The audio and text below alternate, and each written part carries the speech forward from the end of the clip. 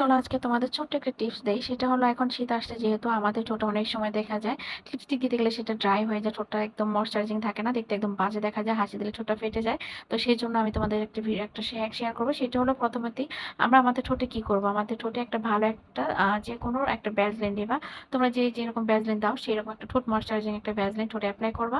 তো এপ্লাই করার পর এটা একটু অ্যাবজর্ব হইতে সময় দিবা। তারপর যেটা করবা তুমি তোমার পছন্দের মতো একটা লিপস্টিক নেবা। সেই লিপস্টিকটা দিয়ে তুমি তোমার ঠোঁটে এটাকে এপ্লাই করে ফেলবা। তো দেখো আমি কিন্তু আমার ঠোঁটে লিপস্টিক দিচ্ছি আর এই ফাঁকে আমার ছেলে আমাকে এত পরিমাণ দুষ্টুমি করতেছে। আমি যখন লিপস্টিক দিতে যাই তখনই আমার ছেলে আমাকে খুব বিরক্ত করে, যার জন্য আমি লিপস্টিক দিতে পারি না। আমার খুব প্রবলেম হয়ে যায়। তারপর যাই হোক এখন আমি সেটাকে ভালো করে এখন দেওয়ার চেষ্টা করতেছি, দিব ভালো করে। তারপর তোমরা দেখতে পাবে যখন এটা দিবা তখন দেখবা যে তোমার শীতের মধ্যে এইরকম করে যদি দাও তাহলে তোমাদের ঠোঁটটা আর কখনো ফাটবে না আর ঠোঁটটা দেখতে বাজে দেখাবে না। হাসি দিলেও ঠোঁটটা কিন্তু খুব সুন্দর একটা ময়েশ্চারাইজিং করবে। এখন যেহেতু উইন্টার সিজন আসতেছে আমাদের কিন্তু ম্যাক্সিমাম এই প্রবলেমটা হয়ে যাবে।